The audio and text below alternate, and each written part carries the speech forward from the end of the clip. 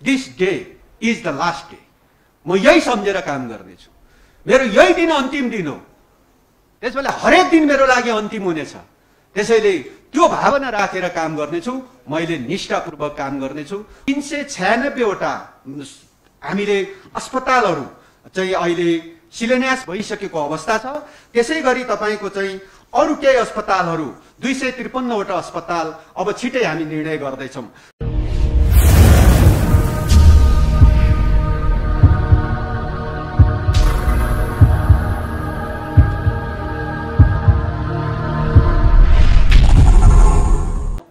सम्पूर्ण नेपाली जनताको जीवन रक्षा गर्ने एउटा प्रतिबद्धता व्यक्त गर्न चाहन्छु र यो प्रतिबद्धतामा वास्तवमा जुन जिम्मेवारी लिएर म आएको छु, सबै नागरिकलाई आश्वस्त पार्ने र सबै नागरिकको जीवन रक्षा गर्ने एउटा दायित्व र भूमिका जिम्मेवारी हामीले लिइरहेका छौं। र यो जिम्मेवारी प्राप्त गरिरहँदाखेरि मलाई धेरै साथीहरूले मेरो भूमिका र जिम्मेवारीको सवालमा तपाईको प्रायोरिटी के छ भनेर सोध्नुहुन्छ भने मैले भन्ने गरेको छु कि मेरो अहिलेको प्रायोरिटी भनेको priority number 1, priority number 2, priority number 3 भने सबैभन्दा पनि मेरो प्रायोरिटी भनेकै आज कोरोनाको कहरबाट नेपाली जनतालाई मुक्त गर्ने र कोरोनाको विरुद्ध लडाईँ लड्ने र नेपाली जनताको जीवन रक्षाको लागि लाग्ने भन्ने उद्देश्य र त्यो प्रायोरिटी बोकेर म यहाँ तपाईहरुको बीचमा उभिएको छु र यो सम्पन्न गर्छु। र नेपाली जनतालाई म आश्वस्त पार्न चाहन्छु कि सबैलाई हात जोडेर मेरो एउटा विनम्र अनुरोध छ कि म अनुरोध गर्न चाहन्छु कि यो कोरोनाको लडाईँमा सरकार, मन्त्री, प्रधानमन्त्री, सरकारका अङ्गहरू र हाम्रा खास गरी स्वास्थ्य कर्मीहरू जो फ्रन्ट लाइनमा लडिरहेका छन् उहाँहरू र त्यसै गरी हाम्रा सुरक्षाकर्मीहरू, राष्ट्रसेवक कर्मचारीहरू, जनप्रतिनिधिहरू सबै यसमा शरीक छन् र त्यसो भएको हुनाले यसमा सम्पूर्ण आम नागरिकलाई पनि हामी सबै यसमा शरीक भएर यो मानव सभ्यताको विरुद्ध प्रकृतिको एउटा डरलाग्दो एउटा कहर आज विश्वव्यापी रूपमा जुन फैलिरहेको छ, त्यसो भएको कारणले यसको विरुद्ध लड्नको लागि जुन आज हामी सबै लड्नुपर्ने छ, त्यसैले सबै नागरिकलाई, सबै आदरणीय बुवामा दाजुभाइ दिदीबहिनीलाई म आग्रह गर्न चाहन्छु कि हामी खोपको व्यवस्थापन सबभन्दा पहिलो कुरा हो। त्यसो भएको कारणले हामी खोप प्राप्त गर्ने र आम नागरिकलाई खोपको सुनिश्चितता गरेर वास्तवमा आम नागरिकको जीवन रक्षा गर्ने सरकारको दायित्व र भूमिका हुनेछ। त्यसैले सरकारले बजेट छुट्याएरै खोपको व्यवस्थापनको लागि हामी त्यसको तयारीमा अगाडि बढेका छौं।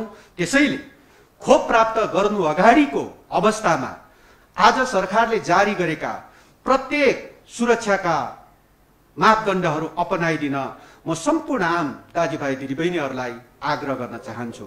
स्वास्थ्य सुरक्षाको बारेमा जति पनि हामीले मापदण्डहरू, जति पनि सूचनाहरू प्रसार गरेका छौं, ती सूचनाहरू ध्यानपूर्वक सुनेर जुन बेलासम्म खोप प्राप्त हुँदैन त्यति बेलासम्म तपाईहरु सुरक्षित भएर बस्दिनु होला, मेरो एकदम विनम्र आग्रह छ।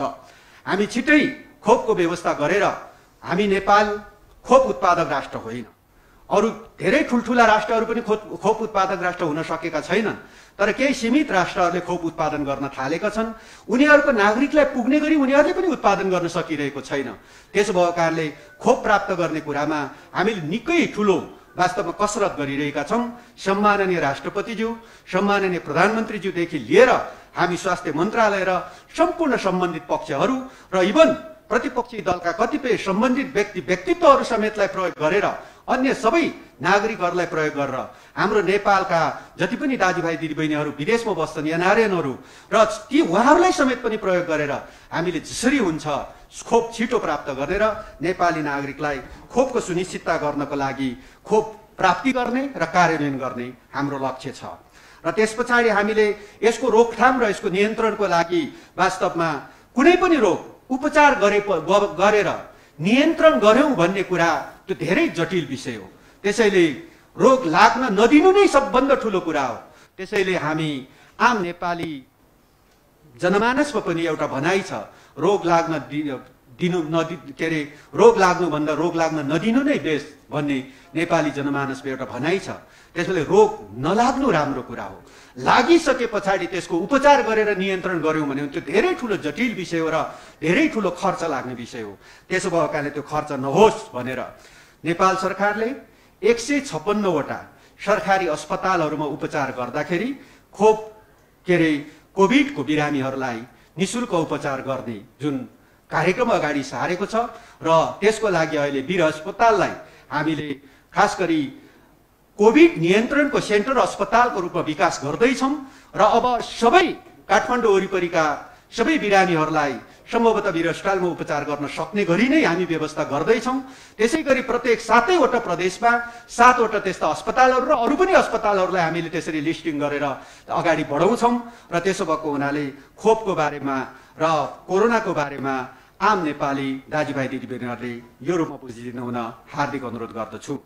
र हामी यसै गरी यो टेस्टिङको दायरालाई हामी बढाउँछौँ र अहिले हामीलाई त्यो टेस्ट गर्नको लागि PCR र अन्य प्रविधिबाट जुन टेस्ट गरिरहेका छौँ र यो टेस्ट गर्नको लागि आवश्यक सामग्रीहरू हामीसँग छ र हाम्रो क्षमताले भ्याएसम्म धेरैभन्दा धेरै नागरिकको टेस्ट गरेर जो सङ्क्रमित छ उनलाई आइसोलेसनमा राखेर ती नागरिकहरू वास्तवमा अन्य नागरिकलाई सङ्क्रमण नहोस् भन्ने कुरामा हाम्रो प्रत्यक्ष संलग्नता हुनेछ र हामी प्रत्यक्ष ढङ्गले ती कामहरूमा लाग्नेछौँ र यसरी हामीले मूलत छिट्टै र केही महिनाभित्रै र धेरै मान्छेहरूको जुन ढङ्गले आज कोरोनाबाट जुन सङ्क्रमण भएर अप्ठ्यारो स्थितिमा छ यसको नियन्त्रण गर्ने कुरामा हामी अगाडि बढ्छौँ। यसको अलावा म खास गरी पब्लिक हेल्थको हिसाबले आम नागरिकको अन्य स्वास्थ्यको हिसाबले पनि हामीले धेरै काम गर्नु आवश्यक छ। त्यसो भएको कारणले नेपाल सरकारले अहिले धेरै राम्रा बजेटहरू वास्तवमा 396 वटा हामीले अस्पतालहरू चाहिँ अहिले शिलान्यास भइसकेको अवस्था छ। त्यसै गरी तपाईँको चाहिँ अरू केही अस्पतालहरू 253 वटा अस्पताल अब छिटै हामी निर्णय गर्दैछौँ। त्यसो हुँदाखेरि 753 वटा स्थानीय तहमध्ये 649 वटा स्थानीय तहमा हामी अस्पतालको व्यवस्था गर्दैछौँ र त्यसो गर्दाखेरि आज 396 वटा अस्पतालहरू मध्ये सबै अस्पतालको यही असार मसान्तभित्र हामी टेन्डरिङ प्रक्रिया टुङ्ग्याउनेछौँ र आगामी आर्थिक वर्षमा त्यो सबै अस्पतालहरू निर्माण गर्ने प्रोसेसमा हामी अगाडि बढ्छौँ र त्यसै गरी पब्लिक हेल्थको सवालमा त्यसका धेरै सुधारात्मक पक्षहरू बाँकी छन् भने ती कुराहरू मैले अलिकति मार्क्स तल झरिरहेछ र यो स्वास्थ्यको हिसाबले मेरो हात अलिकति उ छ, सबै नागरिकलाई जानकारी रहोस्। सँगै यो हामीसँग सेनिटाइजर छ र त्यसैले सबै नागरिकले सेनिटाइजर पनि लगाउन म हार्दिक बेला बेलामा सेनिटाइजर र त्यही भएन भने साबुन पानीले हात धुने कुरालाई ध्यान रहोस् र हामी त्यसरी त्यसको स्वास्थ्यको हिसाबले सबै क्षेत्रमा सुधार गर्ने कुरा र हामीलाई चाहिने आवश्यक स्वास्थ्य सामग्रीहरू व्यवस्थापन गर्ने कुरा समेतलाई हामी ध्यान दिन्छौँ। त्यसै गरी हामीले अलिकति कोरोनाकै विषयमा तेस्रो लहरको जति पनि कुराहरू सुनिरहेका छौँ त्यसको लागि तेस्रो लहरमा के आउँछ भन्दा अलिकति बालबालिकामा त्यसले एट्याक गर्छ कि भन्ने जस्ता विज्ञहरूको भनाइको कारणले हामीले त्यसको तयारीको पनि व्यवस्थापन अगाडि बढाएका छौँ। त्यसैले बालबच्चाहरूलाई चाहिने आवश्यक अस्पतालहरू हामी 7 वटा प्रदेशमा त्यस्ता अस्पतालहरू निर्माण गर्ने कुराको समेत हामी ध्यान दिँदैछौँ र त्यति मात्र होइन, बालबालिकाहरूलाई चाहिने आवश्यक आइसियु कक्षहरूको निर्माण गर्नको लागि समेत हामी नेपाल सरकार स्वास्थ्य मन्त्रालयले हामीले कार्यक्रम अगाडि बढाउँदैछौँ र त्यसै गरी हामीले आम नागरिकको स्वास्थ्यमा पहुँच कसरी पुर्याउने, किनभने कतिपय मान्छेहरू भन्छन् म जनप्रतिनिधि भएको हुनाले फलानु अस्पतालमा पुगेको मैले 40 लाख तिरिसकेँ अझै पनि मेरो उपचार बाँकी भएको छैन, बाँकी छ, उपचार हुन सकेन, लौ न घटाउन भनिदिनु पर्यो। अर्कोले त्यसै भन्छ मेरो त 20 लाख तिरिसकेँ तर पनि मेरो अझै उपचार सकेका छैन, मलाई घटाइदेऊ न। हामीलाई त्यस्तो रिक्वेस्टहरू धेरै आयो। त्यसो भएको कारणले हामी नेपाल सरकार के चाहिरहेका छौँ त आधारभूत तहमा नेपाली जनतालाई स्वास्थ्यको पहुँच र निःशुल्क उपचार कसरी गर्न सकिन्छ। त्यसो भएको कारणले नेपाल सरकारले स्वास्थ्य बिमाको कार्यक्रम त बढाएको छ तर त्यो कार्यक्रमलाई प्रभावकारी ढङ्गले हामीले लागू गर्न सकेका छैनौँ। त्यसो भएको कारणले हामी मन्त्रालयको तर्फबाट त्यो सम्बन्धी विस्तृत अध्ययन गर्नेछौँ र बिमाको कुरालाई अझ आम नागरिकको पहुँचको विषय बनाएर हामी त्यो हाम्रो रेकर्डबाट हामीले त्यो अध्ययनबाट यदि सहज हुन्छ भने तपाईँ आम नागरिकलाई म जानकारी गराउन सकिन्छ चाहन्छु कि आम नागरिकको स्वास्थ्य उपचार जस्तोसुकै खालको स्वास्थ्य उपचार निशुल्क गर्न सकिन्छ कि सकिँदैन त्यो कोणबाट बिमाको दृष्टिकोणबाट हेरेर हामीले त्यो ढङ्गले पनि अध्ययन अगाडि बढाउँछौँ र आगामी दिनमा सम्भव भयो भने आम नेपाली नागरिकको स्वास्थ्यमा पहुँच र उनीहरूको उपचारमा वास्तवमा त्यो ढङ्गले एउटा निशुल्क उपचार गर्न सकिने खालको वातावरण तयार गर्ने कुरामा हामी अध्ययन अगाडि बढाउँछौँ भन्ने कुरा म जानकारी गराउन चाहन्छु। त्यसै गरी हामीले मूलत यो मन्त्रालय नेपाली जनताको स्वास्थ्य र मान्छेको जीवन भन्दा अर्को ठुलो कुरा हुनै सक्दैन। त्यस भएकाले सबैभन्दा पहिलो कुरा मान्छे बाँच्ने कुरै सबभन्दा ठुलो कुरा हो। त्यस भएको कारणले त्यो मान्छेलाई नागरिकलाई बचाउने कुरै ठुलो भएको हुनाले त्यो बचाउनको लागि गर्नुपर्ने सबै भूमिका र दायित्व हामी पूरा गर्नेछौँ र यसै गरी यो मन्त्रालयसँग सम्बन्धित भएर विगतमा जति पनि कुराहरू उठेका थिए त्यसो भएको कारणले म प्रतिबद्धता व्यक्त गर्न चाहन्छु कि यो मन्त्रालयबाट गरिने प्रत्येक कामहरू हामी वास्तवमा पारदर्शी ढङ्गले गर्नेछौँ र आम नागरिकलाई ध्यानमा राखेर गर्नेछौँ र यहाँबाट गरिने हरेक क्रियाकलापहरू हरेक कामहरू पारदर्शिताको कसीमा जाँचिनेछ र यो ढङ्गले अगाडि बढ्दाखेरि कतिपय कामहरू नियम कानुन अनुसार अगाडि बढाउँदै लाँदाखेरि केही चिजहरू केही विषयहरू उठ्यो भने वास्तवमा हामी त्यो कुरालाई सबै चिज 100% नहुन सक्छ। त्यसो भएको कारणले म तपाईहरुलाई के भन्न चाहन्छु भने तपाई मिडियाका साथीहरू आम नागरिकहरू हामीले गरेका काममा कहीँ कतै निष्ठापूर्वक काम गर्दै कहीँ कतै हामीले नियमपूर्वकै काम गर्दै पनि त्रुटि हुन खोज्यो भने खबरदारी गर्ने जिम्मेवारी तपाईहरुको हो। त्यसैले तपाईहरुका हरेक खबरदारीहरू हामी स्वस्थपूर्वक ग्रहण गर्नेछौँ। म सबैलाई यति भन्न चाहन्छु। यसको अलावा हामी मूलत वास्तवमा यो मन्त्रालय र यो मन्त्रालयबाट स्वास्थ्यसँग सम्बन्धित भएर अगाडि बढ्ने भएको हुनाले पारदर्शिताको कुरामा म आफू एउटा मन्त्रीको हैसियतले जुन ठाउँमा उभिएको छु र मेरो आफ्नो थ्योरी छ, त्यसैले म जहिले पनि के भन्न चाहन्छु भने म एकदम माफी माग्दछु।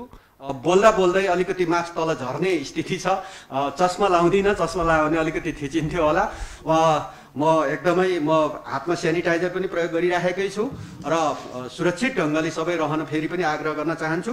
र हामी मूलत मैले के ठान्दछु भने आजको दिन नै for me this day is the last day. म यही सम्झेर काम गर्नेछु। मेरो यही दिन अन्तिम दिन हो। त्यसैले हरेक दिन मेरो लागि अन्तिम हुनेछ। त्यसैले त्यो भावना राखेर काम गर्नेछु। मैले निष्ठापूर्वक काम गर्नेछु र जति पनि काम गर्दाखेरि भोलि गरौँला, पर्सि गरौँला अथवा दिन छँदैछ नि यसरी म गर्दिनँ। मैले आजको दिन नै मेरो लागि अन्तिम दिन हो भन्ने भावनाका साथ त्यो भावना राखेर काम गर्नेछु र पारदर्शिताको कुरामा म सधैँभरि लोकतन्त्री व्यवस्था भनेको तपाईको चाहिँ एउटा डेलिभरी मुख्य कुरा हो, त्यसपछि पारदर्शी मुख्य कुरा हो र त्यसरी यो पिल्लरमा काम गर्नुपर्ने भएको हुनाले मैले तपाईहरुको अगाडि मेरो आफ्नो सम्पत्ति विवरण सार्वजनिक गर्दछु र यो सम्पत्ति विवरण मैले अहिले वेबसाइटमा राख्छु र यो मेरो सम्पत्ति विवरण वास्तवमा मूलत यो सम्पत्ति विवरणलाई हामीले सबै नागरिकले मेरो जहिले पनि मान्यता रहन्छ कि सबै सार्वजनिक पद धारण गरेका व्यक्तिहरूको सम्पत्ति विवरण सार्वजनिक गर्नै पर्दछ र त्यसको लागि कानुन बनाउने भनेर म लागेको पनि थिएँ। अहिले यद्यपि त्यो कानुन बन्न सकेको छैन। त्यसैले जोसुकै होस् सार्वजनिक पद धारण गरेका व्यक्तिहरूको सम्पत्ति विवरण सार्वजनिक गर्ने, वेबसाइटमा राख्ने र त्यसपछि मात्रै उसको वास्तवमा पारदर्शिताको कुरा, ऊ भ्रष्टाचारी हो कि होइन, ऊ कति पारदर्शी छ भन्ने कुराको कसीमा नेपाली जनताको बीचमा प्रत्येक सार्वजनिक व्यक्ति जाँचिन आवश्यक छ। त्यसैले मन्त्रीमण्डलका सदस्यको हिसाबले, यो मन्त्रीमण्डलको सदस्यको हिसाबले, नेपाल सरकारको एउटा मन्त्रीको हैसियतले मैले आफ्नो सम्पत्ति विवरण सार्वजनिक गर्दछु र त्यो सम्पत्ति विवरणलाई वेबसाइटमा अहिले सबै मिडियाहरूमा हामी उपलब्ध गराउँछौँ र सबै मित्रहरूलाई हार्दिक धन्यवाद दिन चाहन्छु र खास गरी अहिले स्वास्थ्य मन्त्रालयको जुन महत्त्वपूर्ण बेला मैले जिम्मेवारी प्राप्त गरेको छु र म वास्तवमा के चाहन्छु भने अपर्च्युनिटी एन्ड च्यालेन्ज यो चाहिँ कम्स टुगेदर भन्छन्, एउटा इङ्ग्लिसमा यस्तो भनाइ छ। त्यसमा कारणले यो च्यालेन्जलाई फेस गरेर नेपाली जनतालाई सुरक्षित गर्ने एउटा अपर्च्युनिटी पनि हामीले प्राप्त गर्ने भएको हुनाले म सबै साथीहरूलाई यति भन्न चाहन्छु। र यसै गरी हामीले हाम्रा कतिपय प्रणालीहरू विगतमा पुराना छन्। म यो बिचमा सचिवजीहरूसँग धेरै इन्टरेक्सन गरेँ कि हाम्रा कतिपय संस्थाहरू हामीले निर्माण गरेको 2033 सालतिर निर्माण गरेको, 2020 सालतिर निर्माण गरेको, तर त्यसको कुनै त्यो संस्थाको अपडेटीकरण पनि भएको छैन। प्रणाली जस्ताको तस्तै छ हामी। त्यसमाले हामी सहमति छ हाम्रो स्वास्थ्य मन्त्रालयका पदाधिकारी साथीहरूको कि हाम्रा प्रणालीमा सुधार गर्नुपर्नेछ। हाम्रा प्रणालीहरू हिजो जे प्रणालीहरू थिए स्वास्थ्य क्षेत्रमा ती सबै प्रणालीहरूलाई सुरक्षित गर्नुपर्नेछ। त्यसै गरी यसको गुणस्तरलाई प्रमुख प्राथमिकताका साथ लिन्छु। म यो बिचमा कोरोनाको बिचमा पनि कतिपय हाम्रा अस्पतालहरूको निरीक्षणमा जान्छु। सफाई सबभन्दा ठुलो कुरा हो। मन्त्रालय के अरे स्वास्थ्य संस्था आफै तपाईँको चाहिँ सफाइमा छैन भने अर्कोलाई सफाई गरेर निको पारेर कसरी पठाउन सक्छ? त्यसमाले सफाई सबभन्दा प्रमुख कुरा हो र सरकारको मातहत रहेका र निजी मातहत पनि रहेका सबै स्वास्थ्य संस्थाहरूको वास्तवमा गुणस्तरको कुरालाई म प्राथमिकताका साथ वास्तवमा यो कुरालाई समेत अगाडि बढाउँछु। यसै गरी हामी स्वास्थ्य क्षेत्र भनेको यो व्यावसायिक क्षेत्र हुँदै होइन, यो व्यावसायिक क्षेत्र होइन। त्यस भएको कारणले यो स्वास्थ्य क्षेत्रलाई वास्तवमा सेवामूलक क्षेत्र नै हो। त्यसले यसलाई सेवामूलक क्षेत्रको लागि यसका मापदण्डहरू विगतमा बनेकै छ। त्यसमा अझै पनि थप सुधारहरू के गर्न सकिन्छ त्यो बारेमा पनि हामी मूलतः सरकारी, सार्वजनिक र निजी क्षेत्र भएर एकीकृत ढङ्गले अब यसलाई नियमन गर्ने र यसलाई नियन्त्रण गर्ने र यसलाई सञ्चालन गर्ने कुरालाई समेत हामीले ध्यानमा दिनेछौँ। त्यसैले यो सेवा क्षेत्रै भएको हुनाले यो सेवा क्षेत्रको भावका अनुसारै हामी अगाडि बढ्छौँ। त्यसै गरी हामी मूलतः वास्तवमा हामीलाई अहिले यो नेपाल सरकार, मन्त्री परिषद, अर्थ मन्त्रालय जसरी बजेट आएको छ यो बजेटको कार्यान्वयन धेरै गर्नुपर्नेछ र धेरै राम्रा बजेटहरू हामी बीचमा प्राप्त भएका छन्।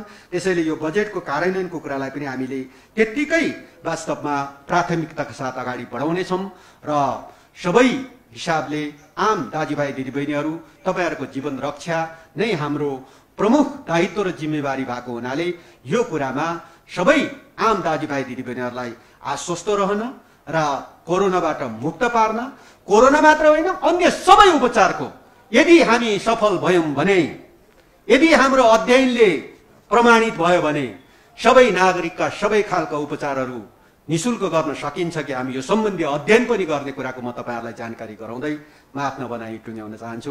धन्यवाद। धन्यवाद माननीय मन्त्रीज्यू, स्वास्थ्य तथा जनसङ्ख्या मन्त्रालय। माननीय मन्त्रीज्यूले आफ्नो संक्षिप्त जानकारी सुशासनको लागि स्वास्थ्य मन्त्रालय र आफ्नो मन्त्रालयको सुशासनको लागि एवं कोभिड नियन्त्रण लगायत स्वास्थ्य सेवामा पुर्याउनु पर्ने सेवाको प्रतिबद्धता एवं थप निर्देशनको लागि म हार्दिक आभार व्यक्त गर्न चाहन्छु, धन्यवाद दिन चाहन्छु। अब यसपछि हामी सामान्यतया स्वास्थ्य मन्त्रालयले हालसम्म कोभिडमा गरिरहेको काम कारबाही हामीले डेली वेबसाइट मार्फत पनि अपडेट गरेका छौँ, हाम्रो प्रवक्ता मार्फत पनि जानकारी गराइएको छ र हरेक दिन हामीहरूले यसको जानकारी गराएका छौँ। त्यसकारण त्यसभन्दा अलावा अरू केही प्रश्नहरू, जिज्ञासाहरू, केही सुझावहरू, केही मान्यताहरू छन् भने त्यो विषयमा मैले साथीहरूको प्रश्न लिनेछु र साथीहरूले ह्यान्ड रेज हात उठाइदिनु हुन म अनुरोध गर्दछु र प्रश्नहरू लिइसकेपछि हामीले अन्तिममा जवाफ दिनेछौँ। सबभन्दा पहिला जगन्नाथजीले हात उठाउनु भएको छ। जगन्नाथजी,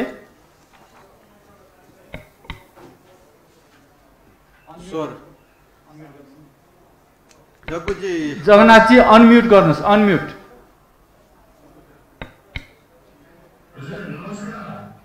हात उठा देखाइदिनु पर्यो मलाई। नमस्कार। हामी स्वास्थ्य सम्बन्धी समाचार साथीभाइहरू बीच आज एउटा खुसीको कुरा पनि छ। मन्त्रीज्यूलाई सबभन्दा पहिला म सफल कार्यकालको शुभकामना दिन चाहन्छु र मेरो जम्मा 2टा प्रश्न म मन्त्रीज्यूलाई सोध्न चाहन्छु। सबैभन्दा पहिलो प्रश्न भनेको मन्त्रीज्यूले सबै नागरिकलाई चाहिँ निःशुल्क स्वास्थ्यको व्यवस्था गर्न कोसिस गर्नुभएको छ, त्यो सबैभन्दा खुसीको कुरा हो। तर अहिलेको स्वास्थ्य बिमाको जुन अवस्था छ, बिमाको यता पुग्याएको जुन कार्यक्रम छ, बेलाको कार्यक्रम छ, त्यसले नागरिकको स्वास्थ्य उपचारलाई चाहिँ सुदृढ गर्न सक्दैन। त्यसका लागि नयाँ के हुन सक्छ त्यो सोच्नु होला मन्त्रीज्यूका। दोस्रो चाहिँ अहिले वीर अस्पताल केन्द्रीय कोभिड अस्पताल भनेर जुन बनेको छ, त्यो वीर अस्पतालको व्यवस्थापनमा साह्रै दिनहरू भएको थियो। अहिले अस्पतालले जो न्यायले पहिला सञ्चालन गरेको छ वीर अस्पताल, उसले भन्छ त्यहाँ भए गर्नुपर्छ, त्यहाँ न्यायले सञ्चालन गरिरहेको छ, त्यहाँ अर्को तरिकाको व्यवस्थापन हुन्छ। अहिले यहाँ मन्त्रालयले नयाँ डाइरेक्टर पठाउनुपर्छ, अधिकारी पठाउनुपर्छ, अधिकारी उहाँले अस्पताल सञ्चालन गर्नु भएको छ। यो मन्त्रालय र यो जुन अहिलेको अध्यादेशमा व्यवस्था एकदम क्लियर छ, मन्त्रालयले सञ्चालन गर्छ भन्नुभएको छ। त्यो हुँदा पनि त्यो विवादले गर्दा चाहिँ के देखियो भने अहिले मिडिया पनि लगभग 2-3 तहमा विभाजन भएको जस्तो देखिएको छ। कोही भन्छन् यहाँ मन्त्रालयले सञ्चालन गरेको ठिक छ, भन्नेमा छन्। कोही मिडियाले होइन यो त एकदम मन्त्रालयले चाहिँ राम्रो गरेन भन्ने छ। त्यसो गर्दाखेरि के हुन्छ भन्दा काम गर्ने मान्छेलाई अप्ठ्यारो हुन्छ, काम गर्ने मान्छेले काम गर्न पाएन। त्यो कुरा चाहिँ न्यास र यो मन्त्रालयले कसले सञ्चालन गरेको त्यो विभाग चाहिँ नियमन गर्यो भन्ने धारणा छ। धन्यवाद मन्त्रीज्यू। त्यसको चाहिँ धन्यवाद। धन्यवाद जगन्नाथजी। अब प्रकाशजी हुनुहुन्छ, हात उठाउनु भएको। प्रकाश,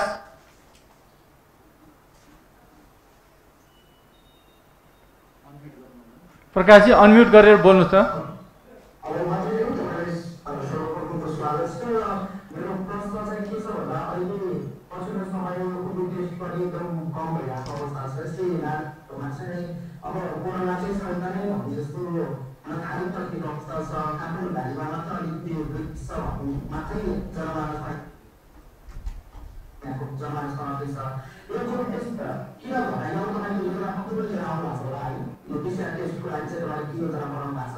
सँगसँगै अब खोप पनि वृद्ध नागरिकहरू चाहिँ खोपको पर्खाइमै बस्नु भएको छ, त्यसको लागि पनि योजना के छ? अनि के छ भन्दाखेरि अब मन्त्री फेरिएपछि चाहिँ यो के हुने हो भन्ने अब अन्य यसबारे प्रश्न पारिदिनु होला। हस् प्रकाशजी, धन्यवाद।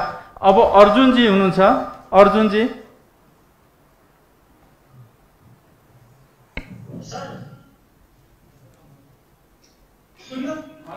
बोल्नुहोस्, सुनिएको छ। नमस्कार सर, मन्त्रीज्यूलाई पनि नमस्कार छ। म आउनुभएको भएर त्यति धेरै स्वास्थ्यमा समस्याका कारणले धेरै के त तपाईँको योजना भन्न पनि चाहन्न।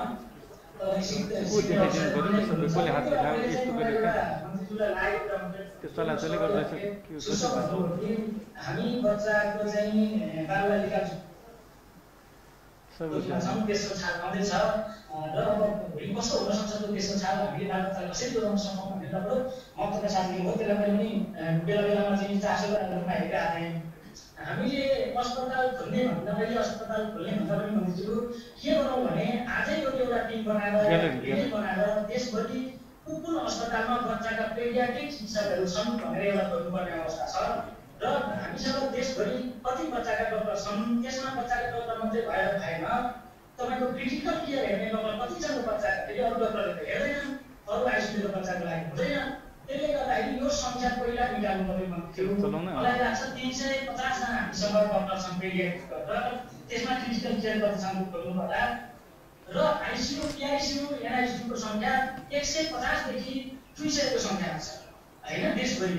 र ठुला अस्पतालमा केन्द्रीय अस्पतालमा मात्रै केही देखिन्छ, बाहिरतिर चाहिँ नर्मल वार्डहरू मात्रै चलेका छन्। त्यसले गर्दाखेरि पहिला यो सङ्ख्या निकालौँ, त्यसपछि हामीले अस्पताल खोलेर चाहिँ डक्टरले चलाउन सक्छन् कि सक्दैनन् भन्ने कुरा एउटा हो। नत्र भने हेर्नुहोस्, क्रिटिकल केयरको तालिम 700-800 जनालाई डक्टर सुभाष आचार्यहरूको टिमले यही मन्त्रालयमा पहिलो छालनी दिएको हो। तिनीहरूलाई तालिम दिएर तिनीहरू कहाँ छन् अहिले कसैले लेखाएको भएको छैन। ती त काम लगाउन सकिन्थ्यो। त्यो त हेर्नु पर्थ्यो होला नि। अहिले हामीले त डिजिटल केयरको त एकदमै धेरै चाहिएको छ। भेन्टिलेटर बनाएका छन् पाइना, भेन्टिलेटर चलेका छैन कतिपय ठाउँमा, जनशक्ति छैन भनेर भनेपछि त्यो जनशक्तिलाई हामीले त्यहाँ मोबिलाइज गर्न पाएको भए राम्रो हुन्थ्यो भन्ने लाग्छ। एउटा कुरो त साथी यो मन्त्रीज्यू यो बच्चाको कुरामा होइन। अर्को चाहिँ मलाई लागेको हाम्रो स्वास्थ्य मन्त्रालय छिल्ली बिल्ली भएको छ। एकदमै सिद्धिसकेको जस्तो अवस्था छ। त्यो तपाईँले भिडियोमा पनि थाहा पाउनुहुन्छ। तर समय छ होला होइन। यो सिसिएमसीसँग अधिकार गयो सबै। त्यो गर्नु हुँदैन थियो। यो तुरुन्त तपाईँले आजै सभा गरेर तपाईँले यो आज भोलिमै यसलाई चाहिँ एकदम स्ट्यान्ड लिएर अधिकार लिनु पर्यो हामीसँग। किनभने प्राविधिक टोलीले मात्रै जान्दछ त्यो तपाईँको चाहिँ के छ गर्न सक्छ भन्ने कुरा। हाम्रो अहिले सचिवज्यूले पनि राम्रो काम गर्नुभएको छ लक्ष्मण सरले। र तपाईँले तत्काल एउटा चाहिँ प्राविधिक सचिवको अर्को टिम पनि बनाउनु पर्यो भने त्यो यताउता बनाएर दुईतिरको अधिकार बाँड्नु गरेर गरौँ। यो महामारीको बेलामा स्वास्थ्यका 6 जना 7 जना जिम्मेवार व्यक्तिहरूलाई सिसिएमसीमा लगेर सेनाको अन्डरमा लगेर काम गर्ने भने हाम्रो औचित्य केही पनि हुँदैन। तपाईँ झन् होला भित्र छिर्ने हो, हामी बाहिरबाट माइक तेर्साउँछौँ, पार्टी रङलाई हेर्ने मात्रै। त्यसले एउटा यसलाई बडो सिरियसली लियौँ। त्यसपछि बाँकी कुराहरू गर्दैछौँ। मन्त्रीज्यूलाई केही सल्लाह सहयोग चाहियो भने हामी त जतिखेर पनि तयार छौँ। यसरी जति या तिमी गराउनु भने दिन धन्यवाद। धन्यवाद अर्जुनजी। अब सङ्गीताजीले हात उठाउनु भएको छ। सङ्गीताजी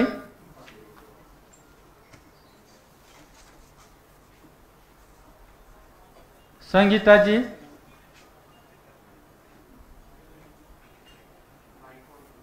माइक अनम्युट गर्नुहोस्। नभए कृपालजी बोलौँ अहिले। कृपाल गौतम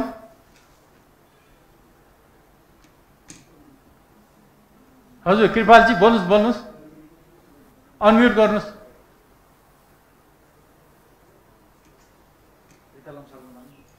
अब आएन। अब रिता लम्सालमा जाउँ। रिताजी रिता लम्साल सबैजनालाई नमस्ते। नमस्ते। र मेरो चाहिँ एउटा मात्रै प्रश्न छ। जुन चाहिँ अस्पतालहरूमा अहिले अब सरकारी अस्पतालहरूमा केही बेड खाली भएर बल्ल बिरामीहरू त्यसै सहज रूपमा बेड बनाउने भनेको देखिएको छ।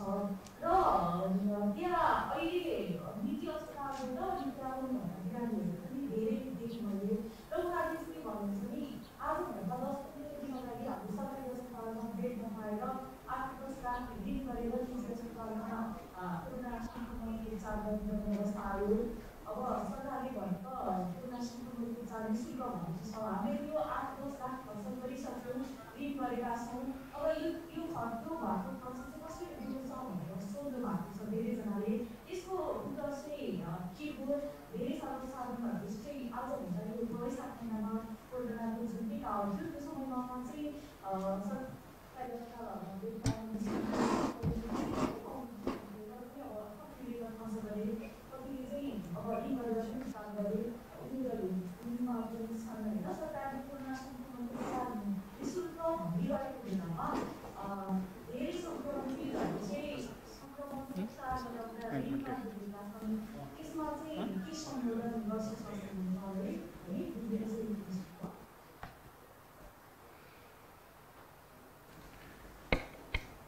धन्यवाद रिताजी। अब प्रशान्त ओलीजी। प्रशान्तजी नमस्कार, आवाज आएको छ बोल्नुहोस्। मन्त्रीज्यू नमस्कार, म प्रशान्त ओली, म राजधानी जमिनमा काम गर्छु। मेरो जिज्ञासा थोरै छ। जस्तो अहिले सरकारले मुख्यतः यस अघिका स्वास्थ्य मन्त्री विदेश त्रिपाठीले पनि असार मसान्तसम्म खोप आइसक्ने भनेर प्रतिबद्धता जनाउनु भएको थियो। तर त्यो खोप आउन सकेन। यद्यपि भारतकी प्राविधिक कुराहरू पनि होला, जटिलताका कुराहरू पनि होला। अब मन्त्रीज्यूले पनि अब मेरो पहिलो प्राथमिकता भनेको आम नागरिकलाई खोप लगाउने हो भनेर भन्नुभएको छ।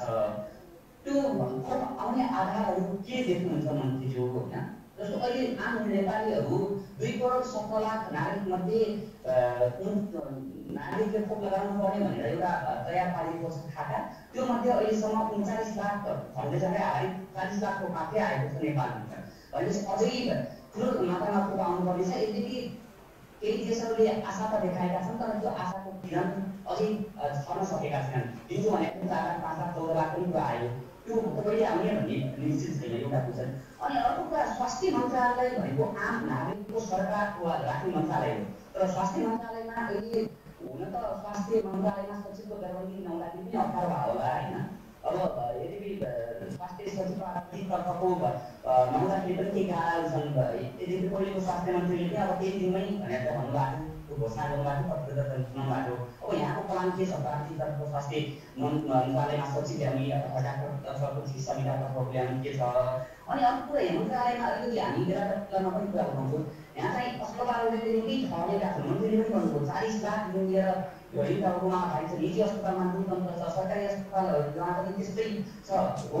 PCR परीक्षणमा निःशुल्क भनेर पनि सरकारी अधिकारीहरू बताउनुहुन्छ, तर मन्त्रालयको अनुगमन पाएको एकदम भित्र छ, अनुगमनै हुँदैन। यदि हामीले डाटा माग्यो भने तपाईँको वैशाखी अहिलेसम्म कति अनुगमन भयो भनेर भन्नुहुन्छ भने सायद मेरो विचारमा लाग्छ एक पटक पनि अनुगमन भएको छैन क्या हो जस्तो लाग्छ। निजी अस्पतालहरूले 50 लाख दिँदा पनि यो कुरालाई रोक्नका लागि यी कुराहरूलाई मात्रामा ल्याउनका लागि मन्त्रीको एजेन्डा अथवा आगामी कार्यक्रमहरू के छन्? हुन त फेरि त्यो महत्त्वाकांक्षी योजना पनि होला मन्त्रीको त्यो आम नागरिक लिस्टको एकदम चुनौती छ।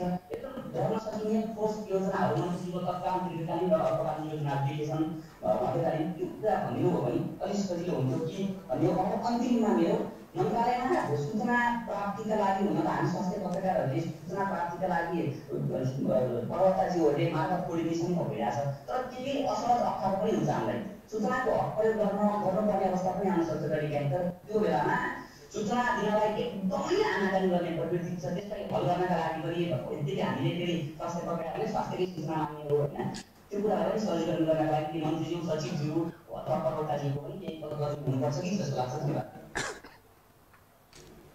धन्यवाद प्रशान्तजी। अब भिसा काफले आफ्नो परिचय दिएर सुरु गर्नु होला।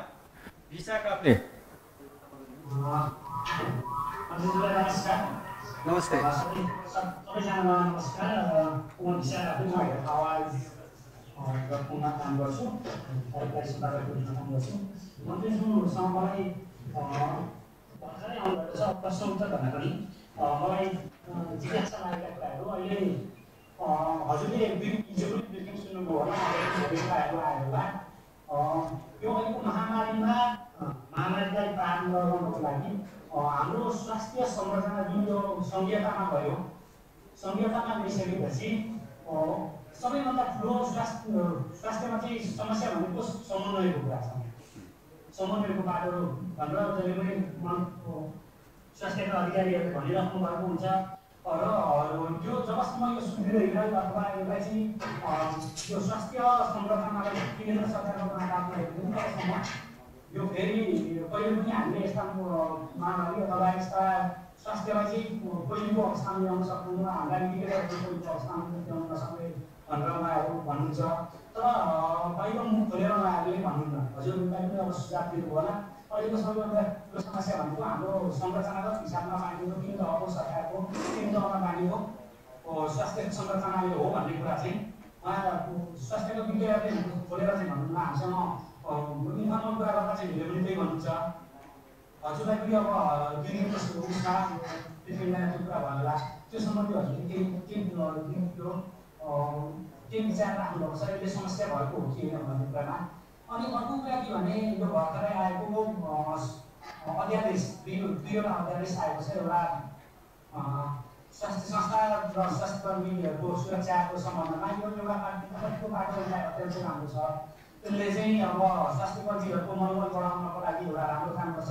तर त्यो स्वास्थ्यकर्मीहरू अथवा स्वास्थ्य संस्थामाथि किन आक्रमण हुन्छ भन्ने कुरा मूलभूत हामी जग्गामा पुग्नको लागि तपाईँले कति पहल गर्नुहुन्छ?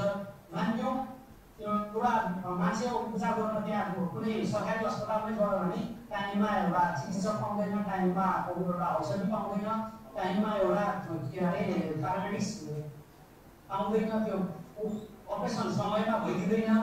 यी कुराहरूको बाटोलाई सम्बोधन गर्नलाई तपाईँले कसरी समन्वय हुन्छ?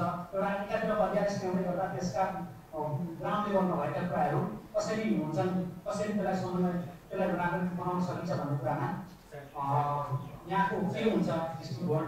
अनि अर्को भनेको अघि प्रशान्त भाइले पनि भन्दै थिए हाम्रो अनुगमनको पाटो अति कम छ भनेर भन्दै थिए। यो कोभिड सुरु भइदिन पनि लगभग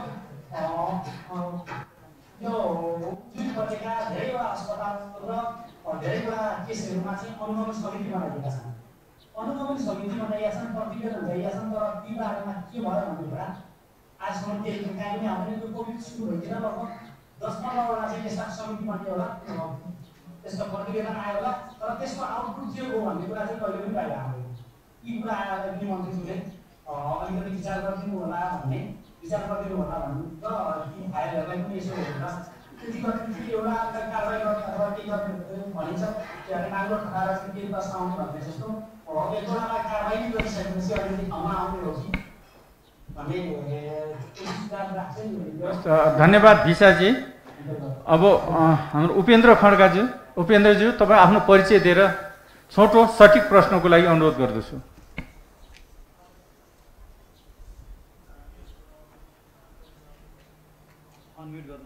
उपेन्द्र खड्काजी अनम्युट गर्नुहोस्। उपेन्द्रज्यू अब सुनियो सुनियो।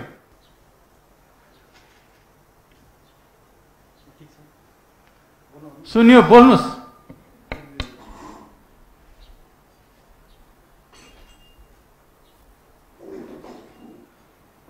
उपेन्द्रजी बोल्नुहोस् न, तपाईँको म्युट भइरहेछ, अनम्युट गरेर।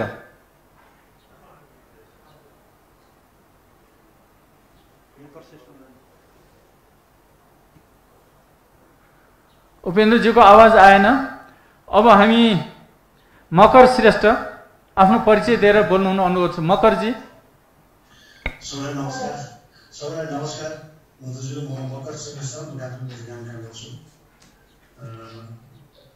मलाई चाहिँ कसरी चाहिँ बिल सबै त्यो चाहिँ जानकारी गराउनु हेऱ्यो भने मनमा यो मसँग बिल छ, मैले यो 31 सेयर गर्छु। मलाई जहाँसम्म लाग्छ तपाईँले यो कुरालाई सिरियसली लिनुहुन्छ र यसको चाहिँ कुनै नतिजा पनि आउँछ भन्ने मलाई लाग्छ। एउटा मान्छे चाहिँ वैशाखको 15 गते कोरोना भयो र उहाँको जेल पुनःको दिन मृत्यु भयो। उपचार गर्दा 10,88,000 खर्च भयो र आइसियूमा उपचार गर्ने बापत हामीले स्वास्थ्य मन्त्रालयले 7,000 रुपियाँ पुगेको थियो। तर त्यो हस्पिटलले 28,800 दिनको आइसियूमा उपचार गर्ने बापत दिनको 28,800 रुपियाँको दरले 4,03,200 रुपियाँ उहाँ त्यो मान्छेले तिर्न उहाँ बितिसक्नु भएन थियो। र अर्को चाहिँ कोभिड हाई केयर बेडमा राखेको भनेर 14 दिनको 15,000 को दरले 2,10,000 रुपियाँ लिन्छ र डाक्टरको राउन्ड चार्ज भनेर कम्तीमा 1,500 बढीमा 2,500 रुपियाँसम्म लिन्छ र अक्सिजन सप्लाई भनेर 1 घण्टाको 400 को दरले 2,32,800।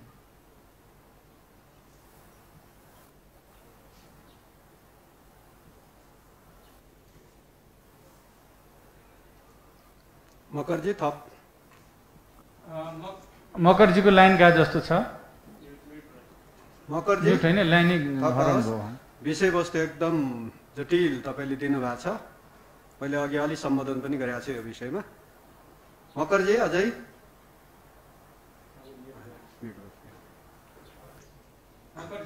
फेरि उहाँको लाइन आएपछि बोलाउँला। अब श्रीराम सुवेदी सर आफ्नो परिचय दिएर सुरु गरौँ त। श्रीराम सर।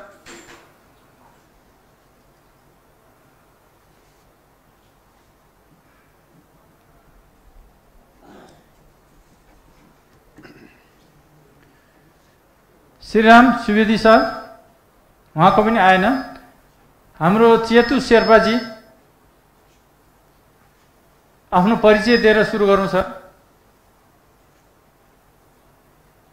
हाम्रै समस्या हो कि कताको समस्या हो?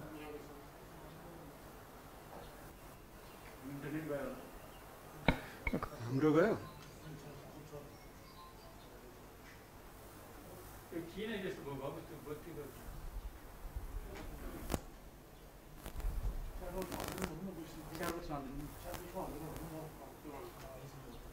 अब तपाईहरुको केही सुझावहरू, जिज्ञासाहरू, प्रश्नहरू केही छ त्यो चाहिँ नि च्याट बक्समा लेखिदिनु अनुरोध छु। मकरजी तपाईँ लाइनमा हुनुहुन्छ?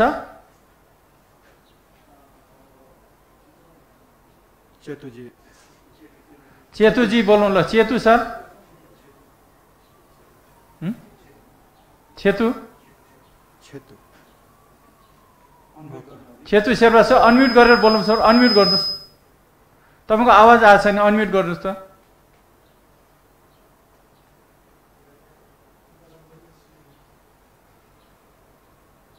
मकरजीले त्यो भिजुअल के देखाउने भन्नुभएको थियो। मकरजी बोल्न लाउनु भयो।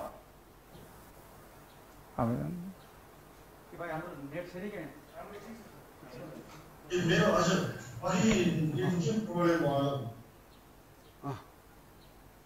अनि मैले अघि एउटा सानो रिक्वेस्ट गरेको थिएँ मधुजुल, अब त्यो नेट प्रब्लम भयो कि के प्राविधिक प्रब्लम जस्तो लाग्यो तपाईँहरूको।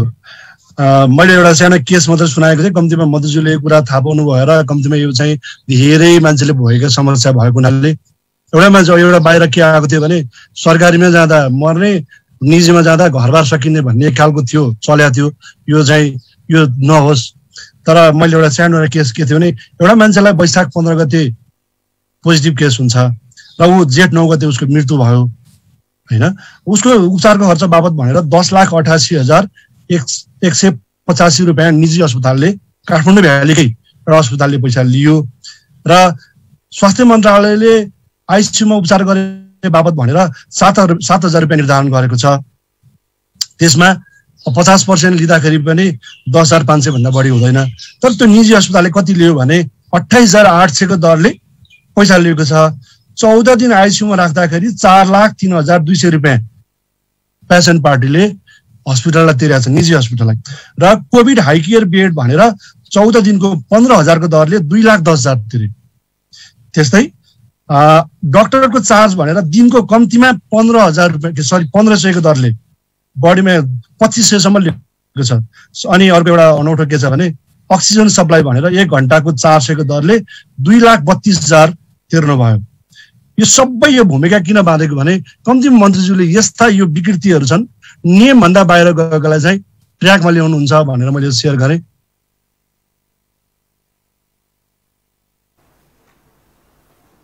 धन्यवाद मकर सर।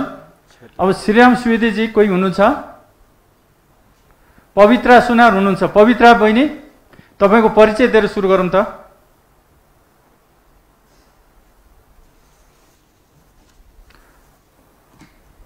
मलाई लाग्छ आवाज आएन, हामीले देखेको सिद्धिएको छ।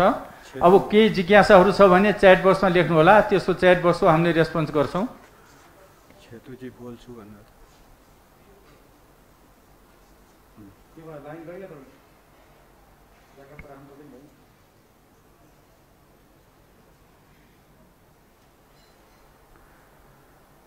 हस् हस्, साथीहरूको केही छ भने च्याट बक्समा लेख्नु होला। अब माननीय मन्त्रीज्यूलाई यहाँ आएको जिज्ञासाहरूको लागि सम्बोधनको लागि अनुरोध गर्दछु र केही प्राविधिक पक्षहरू सचिवज्यू डिजी साहबलाई समेत म अनुरोध गर्नेछु र सर्वप्रथम म माननीय मन्त्रीज्यूलाई अनुरोध गर्दछु।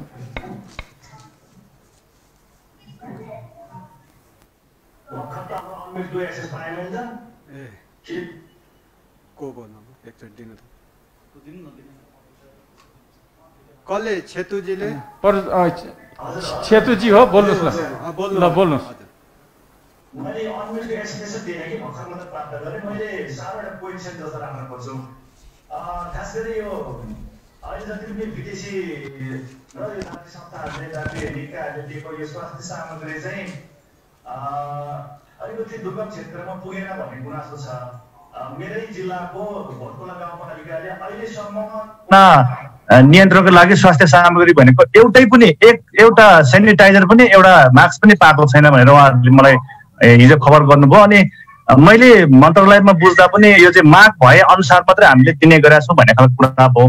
तर एकदमै ठुलो परिणाममा चाहिँ विदेशबाट यो मास्क, सेनिटाइजरहरू, यो फेस मास्कहरू आएको छ। यसलाई व्यवस्थापन कसरी भएको छ? यो प्रयोगविहीन भएर बस्नुभन्दा बरु दुर्गम क्षेत्रमा बाँड्दाखेरि उपयुक्त हुन्थ्यो जस्तो लाग्छ मलाई एक चाहिँ। अब अर्को कुरा चाहिँ यो नेपाल आर्मीलाई, नेपाली सेनालाई चाहिँ सब व्यवस्थापनको जिम्मा दिँदाखेरि प्रत्येक अस्पतालले सेनालाई चाहिँ पिपी सुटदेखि लिएर सबै सामग्री खरिद गरिदिनु पर्छ तपाईँहरूले भनेर 30 देखि 35 हजारसम्म चाहिँ प्रत्येक मृतकको परिवारबाट असुल्ने गरेको मैले भेटेँ 2-3टा इभेन्टहरू। अब त्यो स्वास्थ्य सामग्रीहरू सरकारले नै उपलब्ध गराउने हो कि परिवारले नै उपलब्ध गराउनु पर्ने हो? यो अलिकति यस्तो भएको कारणले यसमा अलिकति अनुगमन फितलो हो जस्तो लागेको छ मन्त्रीज्यू। यो तपाईँलाई जानकारी होस् भनेर मात्रै।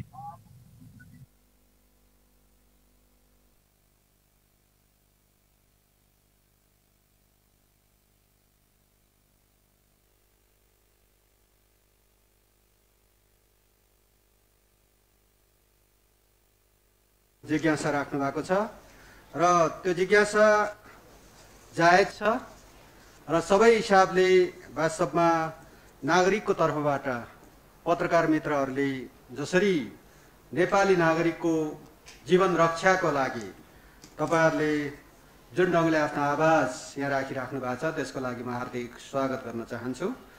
र मैले अलिक फोकसका साथै उठाएको विषय हो खास गरी बिमा, स्वास्थ्य बिमा र स्वास्थ्य बिमा कार्यक्रम अहिले हामीले जुन सुरु गर्यौं तर त्यसको प्रभावकारिता अगाडि बढ्न सकिरहेको छैन।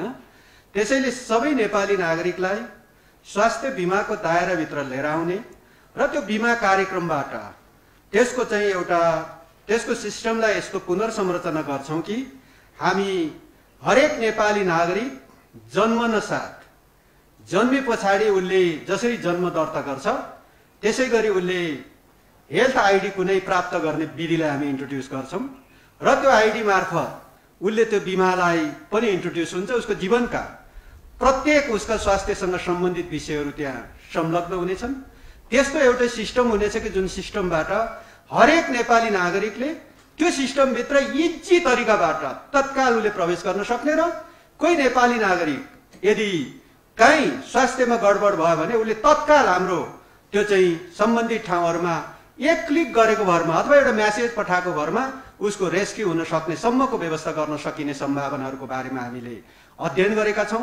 यद्यपि मैले भनेको छु यो विषय लागू गर्न सकिने कि नसकिने भनेर मन्त्रालयको स्तरबाट व्यापक स्तरमा अध्ययन गरेर धेरै विज्ञहरूलाई राखेर हामीले यो विषयलाई अध्ययन गरेर बिमा सम्बन्धी पुनर्संरचना, बिमा सम्बन्धी विषयलाई व्यवस्थालाई पुनर्संरचना गरेर यो सम्बन्धी कार्यक्रम लागू गरेर आम नेपाली नागरिकलाई अघि मकरजीले भन्नुभयो जस्तै कुनै पनि उपचार गर्दाखेरि लाखौं रुपैयाँ सकिने र 40-50 लाख रुपैयाँ सकिने, करोडौं रुपैयाँ सकिने मान्छेको ज्यान पनि त उमेर सकेपछि त मृत्यु पनि हुन्छ।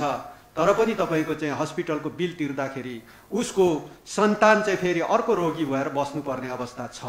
त्यसैले यस्तो स्थितिको अन्त्यको लागि के गर्न सकिन्छ यो सम्बन्धी हामी विस्तृत अध्ययन गर्छौं, अन्तर्राष्ट्रिय अनुभव पनि लिन्छौं र योबाट यो बिमाको पुनर्संरचना गरेर यो सम्बन्धी कार्यक्रमलाई हामी अगाडि बढाउने भनेरै हामीले यो सम्बन्धी कुरालाई प्राथमिकताका साथ उठाएका छौं।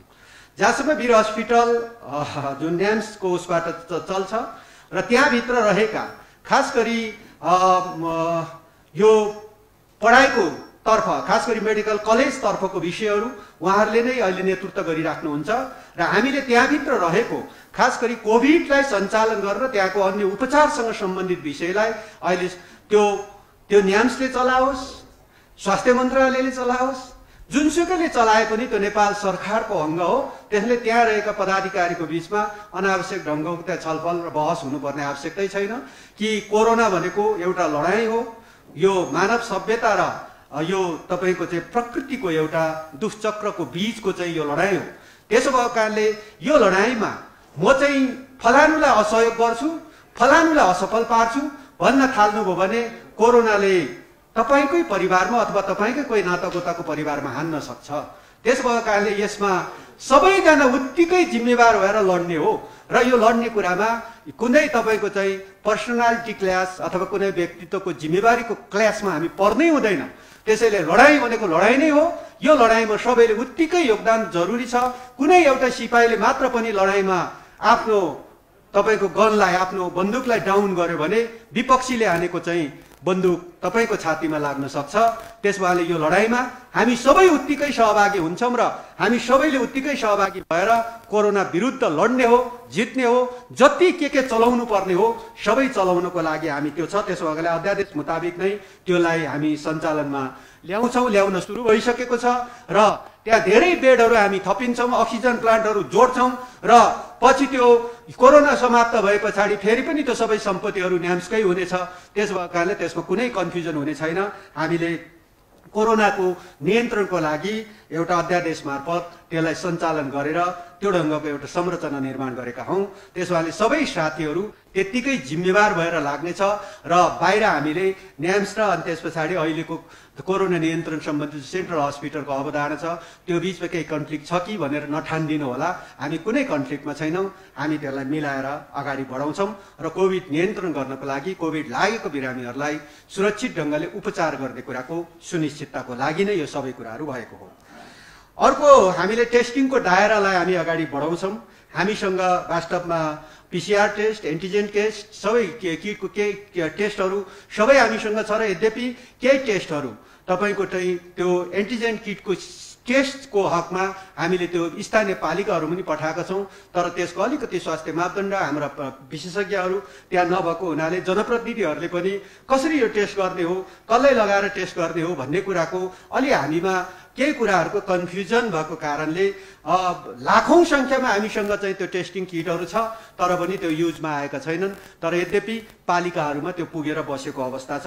तर पनि हामीले त्यसलाई अब स्वास्थ्य मन्त्रालयले त्यो सम्बन्धी सबै अनुगमनहरू गरेर टेस्टिङको दायरालाई बढाउँछौँ र जति धेरै टेस्टिङको दायरालाई बढाउँछौँ जति धेरै मान्छे त्यो टेस्टिङबाट चाहिँ यदि संक्रमित हो भन्ने प्रमाणित हुन्छ त्यति धेरै मान्छेलाई आइसोलेसनमा राखेर अथवा कतिपयलाई संक्रमणबाट अलि जटिलता आयो भने हस्पिटलमा राखेर उपचार गर्न सक्यौं भने थप संक्रमित हुने कुरालाई हामीले घटाउन सक्छौं भन्ने हामीलाई विश्वास छ।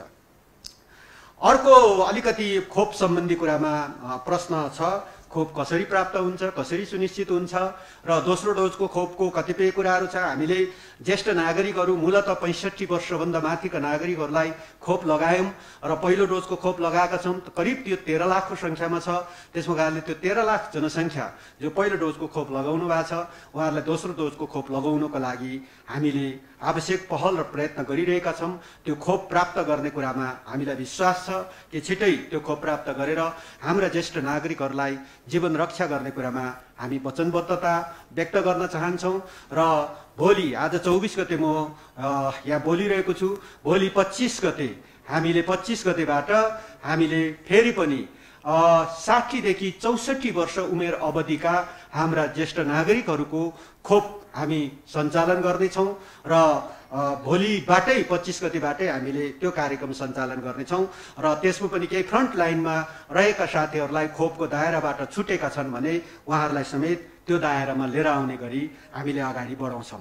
त्यसैले खोप प्राप्त गर्ने, त्यसको व्यवस्थापन गर्ने, खोप लगाउने कुराको हाम्रो क्षमता जति छ र हामी सम्पूर्ण नेपाली जनतालाई केही महिनाभित्रै अब खोप प्राप्त हुँदाखेरि खोप लगाउने कुराको हामी सुनिश्चितता दिन चाहन्छौँ र सबै मित्र राष्ट्रहरूसँग जोसँग खोप उत्पादन गर्ने क्षमता छ हाम्रा मैले अघि नै भने हामी सबै किसिमको उपायहरू अपनाएर खोप प्राप्त गर्ने कुराको समेत हामी जानकारी गराउन चाहन्छौँ।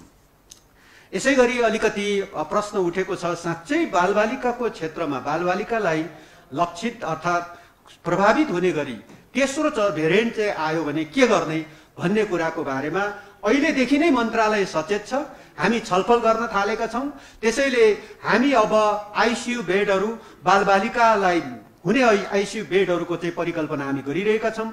त्यस्ता बेडहरू लिएर आउने र छिटै बाल अस्पतालहरू कतिवटा छ, हाम्रा बाल क्षेत्रमा काम गर्ने डाक्टरहरू कति छन्, त्यसको सबै तथ्य तथ्याङ्क हामीसँग छ। त्यसो भएको कारणले कहाँ कति बेड छ त्यसको तथ्य तथ्याङ्क पनि हामीसँग छ।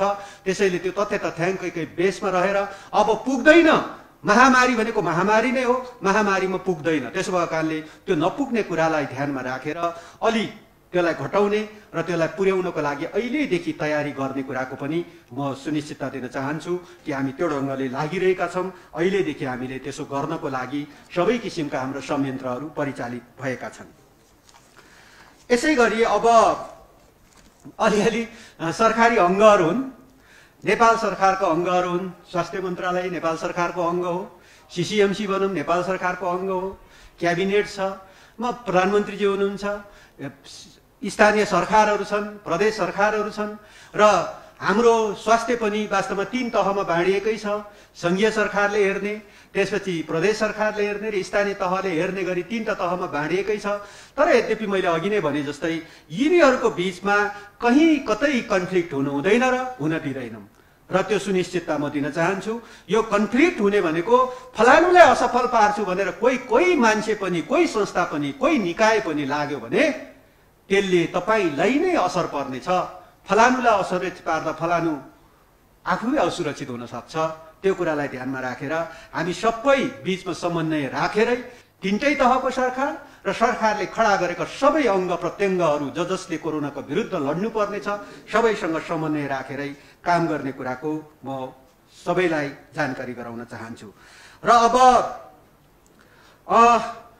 स्वास्थ्य खर्चको कुरा अघि उठेकै छ, एकदमै जटिल ढङ्गले उठेको छ, खास गरी कोरोना उपचारसँग सम्बन्धित भएर। त्यसैले मैले अघि पहिल्यै भनिसकेको छु कि एउटा कोरोनाको उपचार गर्दाखेरि आइसियु, भेन्टिलेटर, सबै बेड चार्ज सबै जोड्दाखेरि अघि मकरजीले 10 लाख कतिको बिलको कुरा गर्नुभयो। मैले सुनेको 40 लाखसम्मको पनि सुनेको छु मसँग आएको रिपोर्टमा। त्यसैले यो अलि अति भएको छ। सरकारले तोकिदिएको छ कि एउटा निश्चित रेन्ज तोकिदिएको छ कि हामीले स्वास्थ्य मन्त्रालयले त्यसको सबैको एउटा रेन्ज तोकिदिएको छ। त्यो रेन्जभित्र तपाईँको चाहिँ रहेर उसले उपचार गर्नुपर्ने हुन्छ र हामी अनुगमनको पाटोलाई प्राथमिकताका साथ अगाडि बढाउँछौँ। त्यो सम्बन्धित बिरामीको आफन्तले पनि त्यो हामीलाई तिरेको बिलको रेकर्डहरू उपलब्ध भयो भने सम्बन्धित अस्पतालमा के हो भन्ने कुराको भेरिफिकेसन हामी वास्तवमा वाणिज्य मन्त्रालय, स्वास्थ्य मन्त्रालय, सरकारका सम्बन्धित अरू अङ्गहरू छन्, अर्थ मन्त्रालय, यो सबैसँग हामीले समन्वय गरेर त्यसको अनुगमन गरेर तोकिएको रेन्जभित्रै रहेर वास्तवमा सतर्कता केन्द्र पनि छ। अब हरेक सरकारका चाहिँ त्यो निगरानी गर्ने अङ्गहरू छ, प्रेस छ हामी बीचमा, राज्यको चौथो अङ्ग। त्यसले यो सबैले सचेत भएर त्यस्ता चिजहरूको अनुगमन गरेर कन्ट्रोल गर्ने मेकानिजमलाई हामीले डेभलप गर्छौँ। त्यो अनुसार त्यस्ता चिजहरू पनि अगाडि बढाउँछौँ। र अब अलिकति मैले अघि नै भने यो खास गरी तपाईँको चाहिँ कोभ्याक्स भन्ने एउटा चाहिँ ठुला कम राष्ट्रहरूले एउटा अन्य राष्ट्रहरूलाई सहयोग गर्ने गरी, कोरोनाको खोप सहयोग गर्ने गरी एउटा चाहिँ खडा गरेको संस्था र त्यो मार्फत त्यसले पनि खोप प्राप्त नगरिरहेको कारणले त्यसबाट प्राप्त हुने केही खोपहरू पनि हामीले अहिले प्राप्त गर्न सकिरहेका छैनौँ। नेपाल सरकारलाई त्यसबाट पनि केही खोपहरू प्राप्त हुने कुराको सुनिश्चितता छ त, तर उसले प्राप्त गर्न साथ हामीले पनि प्राप्त गर्छौँ। त्यो कुरालाई पनि म सबै साथीहरूलाई जानकारी गराउन चाहन्छु र त्यसमा हामी पहल लिएर अगाडि बढिरहेको छ। यसै गरी अब सूचना प्राप्तिको कुरालाई अलि प्राथमिकताका साथ एकजना मित्रले उठाउनु भएको छ। मैले भने आजको मितिभन्दा अगाडिको के भएको छ तपाईँहरूलाई आवश्यक पर्यो सबै प्राप्त हुनेछ। कुन कुन संस्थाले के गरी हेर्न चाहनुहुन्छ त्यो प्राप्त हुनेछ। आजको मितिभन्दा पछाडि त्यो सबै जिम्मेवारी मेरो हुनेछ। सबै पारदर्शी ढङ्गले हुनेछ। कुनै पनि चिज वास्तवमा अपारदर्शी हुने छैन। पारदर्शिता सबभन्दा ठुलो कुरा हो। त्यसो भएको कारणले हामी सूचनाको हक अन्तर्गत स्वास्थ्य मन्त्रालयबाट हुने हरेक चिजहरू वास्तवमा हामीले पारदर्शी ढङ्गले गर्नेछौँ। त्यसमाले सबै पत्रकार मित्रहरू निश्चिन्त रहनुहोस्। तपाईँहरू मार्फतै आम नागरिकको बीचमा सूचना जाने भएको कारणले हामीले सहज ढङ्गले मन्त्रालयबाट सूचना प्राप्त गर्ने कुरालाई यहाँ त्यो वातावरण बनाउने कुरा म तपाईँहरूलाई जानकारी गराउन चाहन्छु। र यसै गरी अलिकति स्वास्थ्य कर्मीहरूको सुरक्षा र स्वास्थ्य संस्थाहरूको सुरक्षासँग जोडेर पनि प्रश्न उठेको छ। र एउटा कुरा त मसँग रिपोर्टहरू आएको छ, कतिपय स्वास्थ्य कर्मीहरू खास गरी नर्सहरू जो चाहिँ विभिन्न सरकारी अस्पतालहरू, निजी अस्पतालहरू, निजी स्वास्थ्य संस्थाहरूमा काम गर्ने नर्सहरूको चाहिँ अत्यन्त ठुलो पीडा मैले सुनेको छु। त्यसो भएकाले नेपाल सरकारले तोकेको न्यूनतम पारिश्रमिकको दर भित्र छ कि छैन त्यसको अनुगमन गर्छौँ। यदि छैन भने त्यस्ता संस्थाहरूलाई के गर्ने भन्ने कुराको कानुन बमोजिम अगाडि बढ्ने कुराको म जानकारी गराउन चाहन्छु। र हामी सबै स्वास्थ्य कर्मीहरूको सुरक्षाको लागि कोभिडको नियन्त्रणमा जो फ्रन्ट लाइनमा खट्नु भएको छ उहाँहरूको जीवन बिमादेखि लिएर सबै कुराहरू सरकारले गरेको छ र उहाँहरूको चाहिँ प्रोत्साहन भत्ताको समेत व्यवस्था गरेको छ।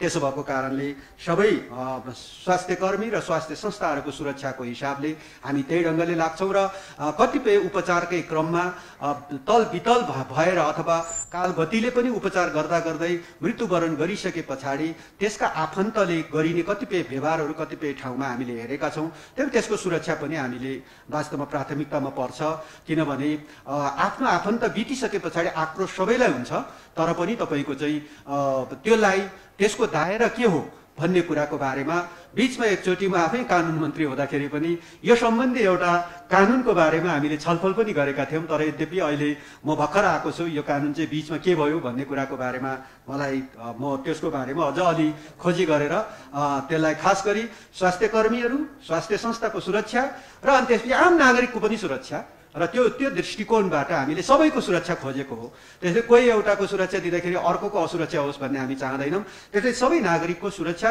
र सबै स्वास्थ्य कर्मीहरूको स्वास्थ्य संस्थाहरूको सुरक्षाको बारेमा त्यो सुरक्षा मापदण्ड र त्यो सम्बन्धी कानुनै आवश्यक पर्छ भने हामी त्यो अध्यादेश अगाडि बढिरहेको स्थिति छ। त्यसो भएको कारणले म सबै आम नागरिक दाजुभाइ दिदीबहिनीहरूलाई यो जानकारी गराउन चाहन्छु। अब अहिले पार्लियामेन्ट नभए हुनाले पार्लियामेन्टमा त्यो कानुन जाँदैन र अहिले हामी अध्यादेश मार्फत नै यी कुराहरूलाई समाधान गरेर अगाडि बढाउँछौँ।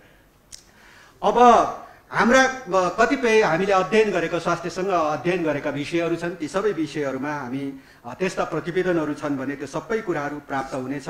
र यसै गरी खास गरी हामीले चाहिँ उपचारको चाहिँ उनीहरूलाई चाहिँ उपचार गर्नको लागि सरकारले तोकिदिएको दर रेट र त्यो दर रेटभन्दा बढी एक्सेस गरेर कसैले बिल जोडेको पाइयो भने त्यो जुनसुकै स्वास्थ्य संस्था होस् त्यसको अनुगमन, मैले अघि नै भने अनुगमन गर्ने सरकारका विभिन्न मन्त्रालयहरू छन्, विभिन्न अङ्गहरू छन्, त्यसबाट चाहिँ हामीले अनुगमन गरेर त्यस्ता स्वास्थ्य संस्थाहरूको के हो भन्ने कुराको बारेमा हामीले अनुगमन गर्छौँ। यसको अलावा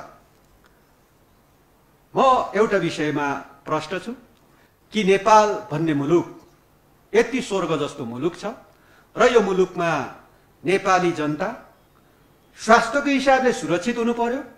त्यति मात्र होइन, हरेक नेपालीहरू यो मुलुकमा स्वास्थ्य शिक्षा प्राप्त गर्नको लागि उसले यो मुलुकमा खोज्छ भने त्यसको स्वास्थ्य शिक्षा प्राप्त गर्ने ग्यारेन्टी गर्नको लागि पनि नेपाल सरकार शिक्षा मन्त्रालयसँग समन्वय गरेर आगामी दिनमा हामीले त्यस्तो स्वास्थ्य संस्थाहरू कति बनाउन सकिन्छ। सरकारले लक्ष्य राखेकै छ 7वटा प्रदेशमा हामी मेडिकल कलेजहरू निर्माण हुन सकौँ। त्यसै गरी दुर्गम ठाउँहरूमा पनि मेडिकल कलेजहरू निर्माण हुन सकौँ, जसको कारणबाट कोही एउटा नेपालीले लाखौं रुपियाँ खर्च गरेर विदेशमा पढ्न जाने भन्दा केही थोरै रकममा पनि हामीले नेपालमै स्वास्थ्य शिक्षा प्राप्त गर्ने व्यवस्थालाई पनि इन्ट्रोड्युस गर्नको लागि हामी स्वास्थ्य मन्त्रालय र शिक्षा मन्त्रालयको संयुक्त पहलमा त्यो सम्बन्धी कुरालाई समेत पनि म अगाडि बढाउने कुरालाई तपाईहरुको बीचमा जानकारी गराउन चाहन्छु। सम्भवतः आएका प्रश्नहरू यिनै हुन् र अलिकति यहाँ दुर्गम जिल्लामा स्वास्थ्य सामग्री पुगेन भन्ने जिज्ञासा छ। म यहाँ विभागीय प्रमुखज्यूहरू पनि हुनुभएको हुनाले त्यो वितरणको कुरालाई अब पारदर्शी ढङ्गले समानुपातिक ढङ्गले सबै ठाउँमा पुग्न सकोस् भन्ने कुरालाई ध्यानमा राख्नको लागि म वास्तवमा निर्देशनै गर्न चाहन्छु। र अब हामी यसै गरी अझै केही प्रश्नहरू साथीहरूको जिज्ञासाहरू रह्यो होलान्, छुट्यो होलान् र मैले चाहिँ जिज्ञासा राख्न पाइनँ भन्ने होला, तर समग्रमा यी सबै कुराहरू आएकै छ र केही कुराहरू अझै बाँकी रह्यो भने अब फेरि पनि च्याट बक्समा मैले अघि नै भनिसकेका छौँ, हामीले च्याट बक्स मार्फत ती कुराहरू आउनेछ र तपाईहरुले दिएको अमूल्य सुझाव, तपाईहरुले दिनुभएको अमूल्य वास्तवमा सरकारलाई फिडब्याक, यो यो सरकारको लागि, स्वास्थ्य मन्त्रालयको लागि महत्त्वपूर्ण सम्पत्ति हुनेछ। त्यसैलाई बोकेर हामीले वास्तवमा कोरोनाको महामारीको विरुद्ध लड्ने र जित्ने एउटा चाहिँ हाम्रो प्रयत्न हुनेछ। त्यसो भए सम्पूर्ण पत्रकार मित्रहरूलाई पुनः हार्दिक हार्दिक धन्यवाद ज्ञापन गर्न चाहन्छु। धन्यवाद। जिज्ञासाको मलाई लाग्छ उत्तर माननीय मन्त्रीज्यूबाट दिइसक्नु भएको छ र म माननीय मन्त्रीज्यूलाई आभार व्यक्त गर्न चाहन्छु। साथै पत्रकारज्यूहरूले धेरै सुझावहरू दिनुभएको छ। सम्पूर्ण सुझावहरू मन्त्रालयलाई ग्रहणयोग्य छन् र मलाई लाग्छ हामी सँगसँगै छौँ। तपाईँहरूको सल्लाह सुझावले हामीलाई अरू पथ प्रदर्शन गर्छ र केही साथीहरूको हात पछि उठ्या छ। समयको पाबन्दीले गर्दाखेरि यो सबैको लाई अवसर दिन पाइएन, त्यसको लागि म क्षमा प्रार्थी छु। र यति भन्दै माननीय मन्त्रीज्यू श्रीमान सचिवज्यूको आदेशले म यो आजको यो पत्रकार अन्तर्क्रिया कार्यक्रम यही समापन भएको जानकारी गराउँछु।